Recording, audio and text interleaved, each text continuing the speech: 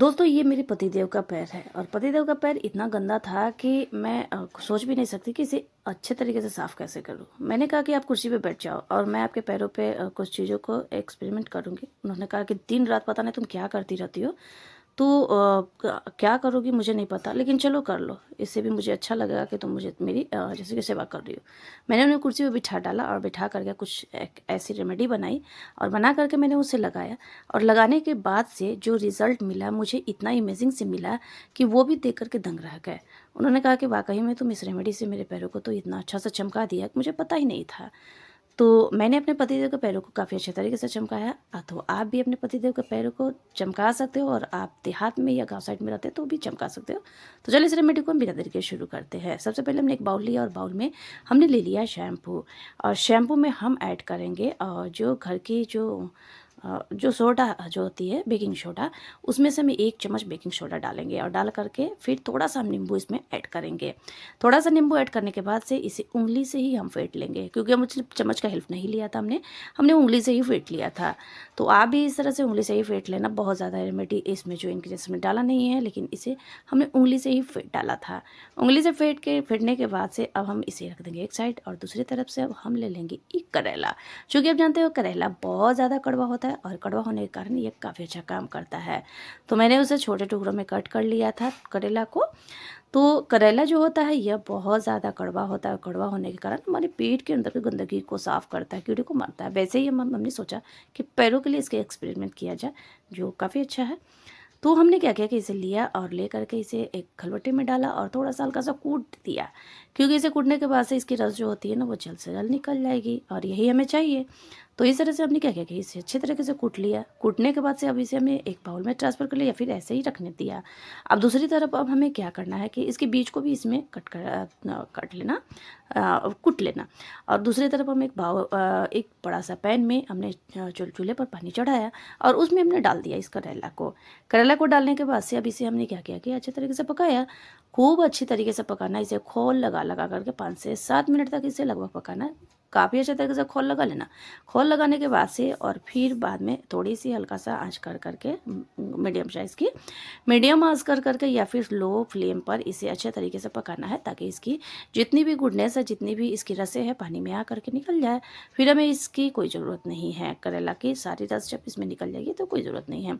थोड़े-से हम नमक इसमें ऐड करेंगे, क्योंकि नमक डालने से ये बहुत ज़्यादा इसका पावरफुल और बढ़ जाता है। तो हमने थोड़ा-सा नमक डाल दिया और नमक डालने के बाद से इसे अच्छे तरीके से खोल लगा दिया। अब इसे खोल लगा के इसे रख देंगे हम ठंडा होने के लिए। हल्का गुनगुना रहने के बाद ही काम करेंगे। अब हम आते हैं अपने पतिदेव के पैर के पास। पतिदेव के पैर तो बहुत ज़्यादा गंदे थे। वो एकदम से बोले कि मेरे पैर तो बहुत गंदे हैं, तुम अब गंदे पैर को कैसे साफ़ करोगे ये तुम बताओ। तो मैंने कहा कि चलिए इस गंदे पैर को मैं बहुत ही अच्छे तरीके से साफ़ करती हूँ। जब मैंने इसे आधी टमाटर लिया और आधी टमाटर लेकर के हमने उसमें उस रेमेडी को लगा दिया और लगा करके अच्छे तरीके से पूरे पैरों पे अप्लाई किया। पैर तो गंदे थे ही, बहुत ज़्यादा नाखून भी गंदे थे। तो मैंने इस तरह से इसे सफाई किया, उस टमाटर के हेल्प से अच्छे तरीके से इतना जो अच्छा सा रगड़ा कि रगड़ने के बाद से उसकी जो गंदगी थी वो इतना जल्द सफाया हो जाएगी कि मुझे तो पता ही नहीं चला। तो पतिदेव भी बहुत ज़्यादा खुश हो रहे थे कि धीरे-धीरे हमारे पैरों की गंदगी साफ़ हो रही है और मेरे पैर बहुत ज़्यादा क्लीन हो रही है, साथ-साथ हमारे पैर पे चमक भी आ रही है। तो मैंने कहा कि मुझे पता था कि इस रेमेडी से इस तरह से ही आपको रिज़ल्ट मिलने वाली है। उन्होंने कहा कि वाक़ई में तेरी रेमेडी तो बहुत काम की चीज़ है। तो चलिए मैंने बहुत ही अच्छे तरीके से इसे लगा दिया है। लगाने के बाद से अब हम आते हैं क्या करें कि अब इसे धोना है। अब सोचा कि पतिदेव को काफ़ी अच्छे तरीके से मैं जैसे कि सेवा जो कर रही हूँ तो चलो सेवा ही करती हूँ। तो मैंने एक छन्नी लिया और छन्नी की हेल्प से इस पानी को छान करके इसमें डाल दिया। और पतिदेव का सेवा करना तो बहुत ही धर्म वाली बात, बहुत ही सौभाग्य वाली बात होती है। तो मैंने थोड़ा-सा शैम्पू डाल दिया और डालने के बाद से उसे अच्छी तरह से मिला दिया और मैंने उनके पैर को उसमें डाल दिया और उस थोड़ा-सा और गुनगुना पानी डाल दिया, ताकि पैर को अच्छे तरीके से धो सकें। अब इसमें हम पैरों को रख कर के अच्छे तरीके से इनके पैरों को बहुत ही अच्छे तरीके से हमने धोया। उन्होंने मुझे बहुत, जितना देर मैं इस चीज़ को कर रही थी, मैं उनके साथ जितना देर उनके पैरों को धोया हमने, उतना देर मुझे वो इतना मगर खुश हुए कि किसी न किसी तरीके से तुमने मुझे आज मेरे पैरों को धो लिया और ये पानी पी लो। उन्होंने मुझसे मजाक किया कि ये पानी अब तुम पी लो। बहुत सारे लोग कहते हैं ना कि पति देव के पैरों को धो करके पी लूँगी। अब मुझे वो बार बार इस चीज़ को रिपीट कर रहे थे कि पैरों को धो लो। पैर को धो दिया, सब चीज़ कर लिया, लेकिन अब इस पानी को पी लो। मैंने कहा क्या मजाक कर रहे हो, आजकल ये कौन करता है, इतना इतना हमने किया काफ़ी नहीं है। वो बहुत ज़्यादा खुश हो गए और खुश होने के बाद से अपने पैरों को देखा। वाकई में इस रेमेडी से हमने इस पैर को देखा कि इतना ज़्यादा साफ़ हो चुके थे, लेकिन कुछ दाग जैसे कि चप्पल वगैरह के उनके लगे हुए थे, तो उसे भी मैं धीरे धीरे साफ़ कर दूंगी। लेकिन पैर इतना ज़्यादा क्लीन हो गए कि मैं देख करके हैरान हो गई। पतिदेव भी बहुत ज़्यादा खुश हुए और खुश होकर के उन्होंने कहा कि सौभाग्यवती भव।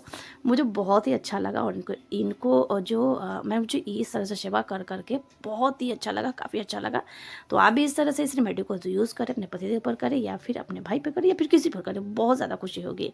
अब लास्ट में मैं आपसे रिक्वेस्ट करना चाहूँगी, वीडियो अच्छी लगी तो लाइक सब्सक्राइब जरूर करना, बेल आइकन घंटी को भी प्रेस कर लेना और पतिदेव के नाम पर एक लाइक एक सब्सक्राइब जरूर कर देना। तो आज के लिए इतना ही, कल फिर मिलता है एक नए वीडियो के साथ। तो बाय बाय, टेक केयर।